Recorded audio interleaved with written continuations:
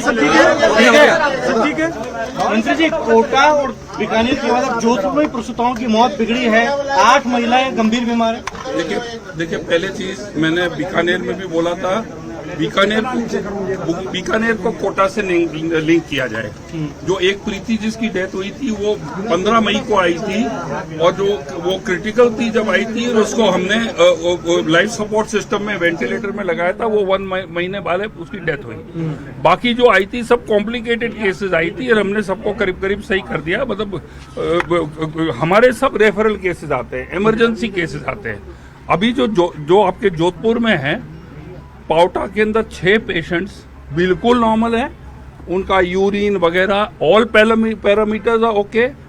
एक जो अपने उसको एम्स में रेफर कर रहे हैं, उसके वो हाईली डायबिटिक है, ठीक है ना, उसको हम एम्स में रेफर कर रहे हैं। और एक प्रसूता जो एमडीएम में है, उसके पीलिया हुआ है। तो ये आप ऐसे लिंक मत करिए, क्योंकि जो 6 है वो पावटा में नॉर्मल है, कोई क्रिटिकल नहीं है बिल्कुल।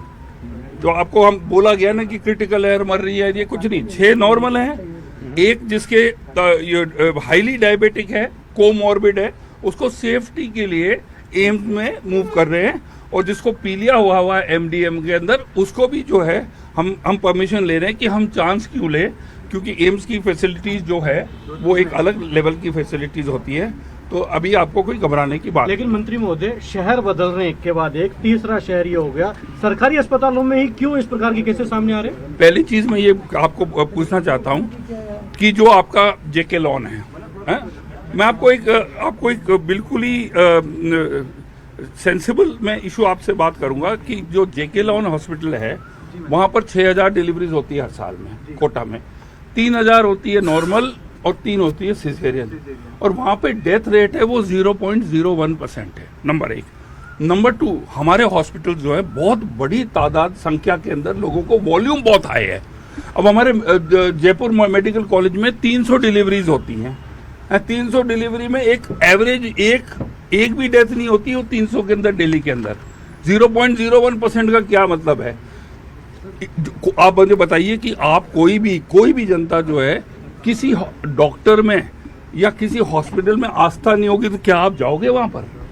तो ये क्यों, हमारा वॉल्यूम बहुत है। देखिए 2 चीजें, एक तो वॉल्यूम बहुत हाई है, दूसरा जो है हमारे क्या है कि इमरजेंसी केसेस आते हैं, रेफरल केसेस आते हैं, हमारे फ्रेश केसेस नहीं होते हैं। वो सब कहीं ना कहीं धक्का खा के और उनको कह देते हैं प्राइवेट हॉस्पिटल की इतना पैसा लगेगा, जब वो खराब कंडीशन में या तो वो आते हैं या प्राइवेट हॉस्पिटल हाथ ऊंचा कर लेते, वो बेचारा मरीज कहाँ पर जाए, वो हमारे हॉस्पिटल में आते हैं।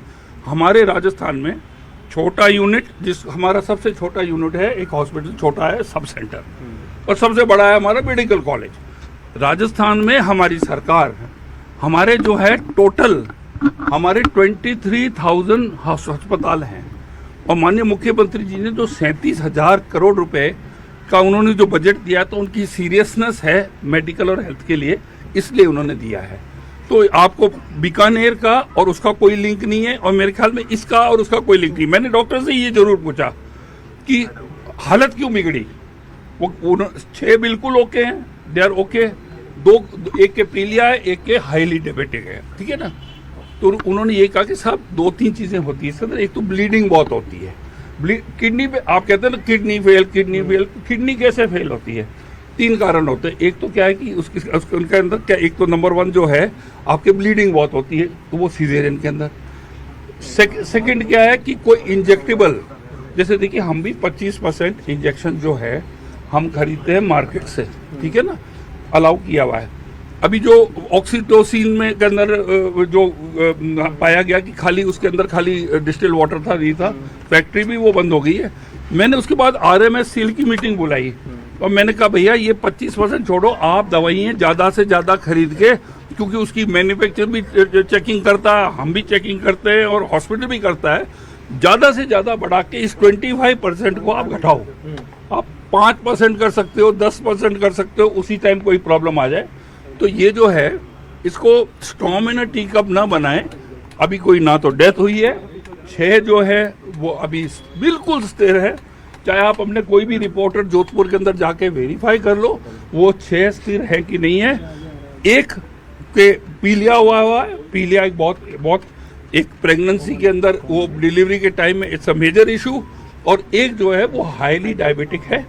तो ये इसका जो कोई इशू बनाने की जरूरत नहीं, क्योंकि it is not a issue. अच्छा, कोटा की एक सवाल ये है हाँ। कि कोटा का मामला आप देखिए कि ओटी इन्फेक्शन, क्योंकि जांच रिपोर्ट में भी सामने आया, फंगस पहले से उसके अंदर था, और ये बीकानेर के अंदर भी आया है कि ओटी इन्फेक्शन एक बड़ी समस्या है। एक तो क्या उसको ठीक करने को लेकर आप कह रहे हैं कि नहीं किसी बीकानेर में किसी ने ओटी इन्फेक्शन के बारे में कोई रिपोर्ट नहीं दी। जो जोधपुर की टीम आई थी उन्होंने अलग अलग रिपोर्टें दी है, इन्फेक्शन को उन्होंने नहीं बोला है।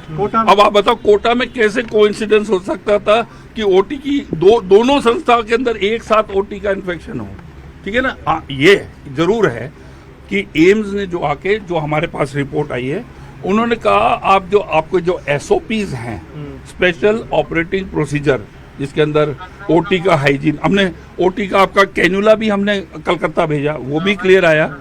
तो उनका ये जरूर है कि आप अपने SOPs बढ़ाइए और उनकी पालना कीजिए। जैसे फॉर एग्जांपल आपका फ्रिज है जिसके अंदर आपके इंजेक्टेबल्स है। अब कोटा में क्या है, उस टाइम हीट वेव चल रही थी और एसीज जो है और जो आपके फ्रिजेज है वो दब जाते हैं काफ़ी, उनकी एफिशिएंसी ऑलमोस्ट 30-40% कम हो जाती है। तो उनका ये आप मेंटेन करो कि आपके जो फ्रिजेज और आपके जो कूलिंग की जो इनको रखते हैं, इनको दवाइयों को, उनका टेम्परेचर अच्छा मेंटेन हो है। उन्होंने कई SOPs जरूर बताए। एम्स एक बहुत ही हाई श्रेणी का है, उनका हमें टाइम टू टाइम हमें इंस्पेक्शन कराना चाहिए, उनसे राय लेनी चाहिए, ताकि हमारे जो सिस्टम्स हैं। पर आप एक ही चीज़ देख लीजिए, आपके 300 बच्चा पैदा होता है आपके SMS मेडिकल कॉलेज में, वंस इन अ वाइल एक की डेथ होती है। तो हमारा स्ट्राइक रेट देखिए, हमारे डॉक्टर्स बहुत बेहतरीन है, हमारे पास वॉल्यूम बहुत ज़्यादा है, और लास्ट ऑफ ऑल जो मैं कहना चाहता हूँ कि हमारे पास रेफरल केसेस आते हैं, बिगड़े हुए केसेस आते हैं और इमरजेंसी केसेस। क्या लगता है आपको कि ड्रग सप्लाई चेन जो बनी हुई है अपनी पूरी, मैंने इसको रिव्यू करना चाहिए? विकास जी, मैंने क्या किया, जैसे ही ये इंसिडेंट्स हुए मैंने RMSCL को बुलाया, कि RMSCL में क्या होता है, उसका सर्टिफिकेट होता है मैन्युफैक्चरर ऑफ ड्रग, फिर हम भी करते हैं, फिर हॉस्पिटल को भी उसको टेस्ट करते हैं। हमने कहा ज़्यादा से ज़्यादा दवाइयाँ जो है RMSCL अपनी खरीद बढ़ाए और कम से कम मार्केट से हमारे हॉस्पिटल को करे। ये मैंने RMSCL के साथ बैठ के ऑलरेडी मीटिंग। अच्छा, अब तक जितनी भी जांच हुई, हमने कोलकाता सैंपल भेजे, दिल्ली भेजे, कोटा में भी जांच हुई, क्या निष्कर्ष निकला? सब जांचें उनमें देखिए, हमने हमारे ड्रग वालों ने किया, सब जगह भेजी। एक ऑक्सीसोड जो ब्लीडिंग को रोकती है, जो कि एक इम्पॉर्टेंट ड्रग है, ब्लीडिंग होती है मतलब सिजेरियन में, और 50% लेडीज आज की युवा पीढ़ी सब सिजेरियन चाहती हैं, they don't want the pain, है ना। तो वो जो ऑक्सीटोसिन है, वो उसके अंदर कोई बिल्कुल भी ड्रग की मात्रा नहीं थी। वो हमने चेक करके हमने वो रिपोर्ट उजागर कर दिया।